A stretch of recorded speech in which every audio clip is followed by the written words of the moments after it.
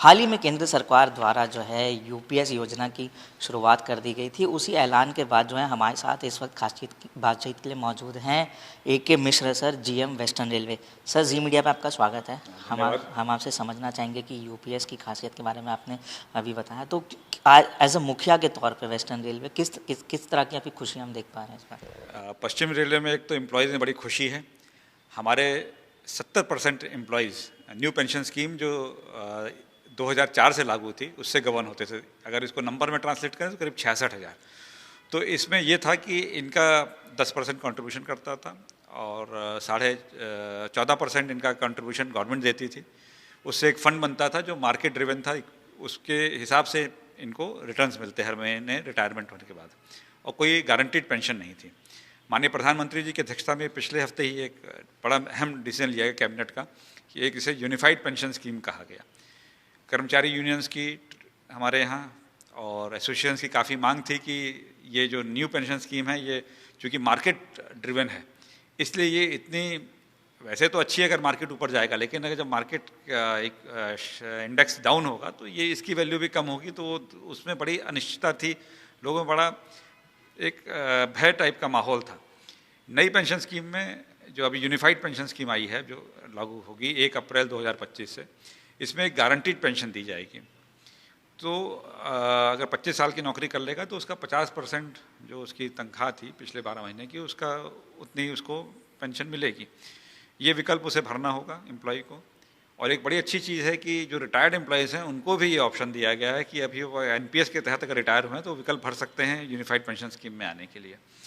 तो हमारा यहाँ लोगों ने इसका बड़ा स्वागत किया है और जनरल एक हर्ष का माहौल है। जी सर, अब बात की जाए वेस्टर्न रेलवे पर, तो आने वाले दिनों में हम देख पा रहे हैं कि 35 दिन का एक लंबा ब्लॉक लगाने की तैयारी है। क्या खास विषय है सर उसके पीछे? ये हम लोग गोरेगांव से कांडीवली 6 लाइन के लिए ये काम कर रहे हैं, क्योंकि फाइनली हमें बोरीवली तक 6 लाइन पहुंचानी है। इसमें सबसे बड़ी अहम बात यह है कि मलाड पे एक चीज़ होती है कि नई लाइन बिछा दी गई। इसमें जो नई लाइन आ रही है मलाड के पश्चिम की तरफ आ रही है। तो एक एक लाइन हम लोग हर ब्लॉक में एक लाइन को, पुरानी लाइन को कनेक्शन काटेंगे, उसको जो पहली बनी नई लाइन है उससे जोड़ेंगे और फिर उसके बाद हर अगले ब्लॉक में बदलते जाएंगे। इसमें महत्वपूर्ण काम जो होगा कि ये काम वीकेंड में किया जाएगा तो पैसेंजर्स को कोई तकलीफ नहीं होगी जो हमारे सबअर्बन के हैं। इसमें बहुत ज़्यादा सिग्नलिंग का काम है और जो लाइन बनी है सबसे पहले उस लाइन पे अभी तक कोई गाड़ी नहीं चली है। तो जब ब्लॉक लिया जाएगा उसी रात में उस पर मशीन चल के बैलास्ट की पैकिंग करेगी, सिग्नलिंग का सारा काम होगा, सिग्नल को ठीक किया जाएगा, सब टेस्टिंग होगी और उसका सुबह होने के बाद फिर से उसी लाइन पे गाड़ी चलनी शुरू हो जाएगी। तो ये बड़ा महत्वपूर्ण काम है और इससे मुंबई में हमारे सबअर्बन की सुविधाएं बढ़ेंगी। जो उनको डिटेंशन वगैरह है वो कंट्रोल होगा, प्लस लॉन्ग डिस्टेंस ट्रेन्स भी अब आराम से आ पाएंगी। जी सर, आपने कैंसलेशंस की बात की, तो हम क्या देख पाएंगे कि गणेश उत्सव के दौरान भी कुछ गाड़ियां जो हैं वो कैंसिल होंगी या देरी से चलेंगी? देखिए, अब तो मेट्रो पे काफ़ी ट्रैफिक जा रहा है, लेकिन फिर भी हमारी जो सबअर्बन सर्विस है वो मुंबई की लाइफलाइन अभी भी है ही है।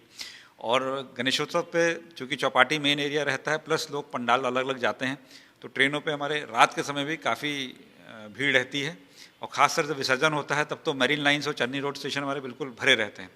तो हम लोगों ने ये फैसला किया है कि हम लोग कोई भी जो काम है इसमें ब्लॉक का वो गणेश जो उत्सव है उस पीरियड में नहीं करेंगे। विसर्जन के बाद ही हम ब्लॉक देंगे और विसर्जन और गणेश स्थापना के पहले काम किया जाएगा और गणेश विसर्जन के बाद ब्लॉक का।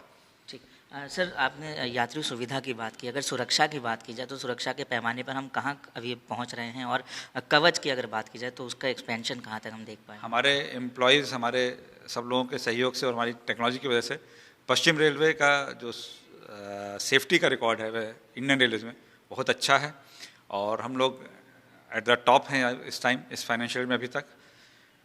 हम लोग इसके अलावा अपने सारे यार्ड्स का ग्रेड वेरिफिकेशन कराया है, सर्किट डायग्राम्स का हमने वेरिफिकेशन कराया और सबसे बड़ी बात एक कवच प्रणाली का हम लोग इम्प्लीमेंटेशन कर रहे हैं अहमदाबाद मुंबई का। उसमें कुछ जगह पे लोको ट्रायल हो चुका है और इस साल जो फाइनेंशियल ईयर है उसके पूर्ण होने के पहले हम लोग पूरे सेक्शन में कवच का ट्रायल पूरा कर लेंगे। जी सर मुंबई में हम रह रहे हैं, मुंबई में हेडक्वार्टर है।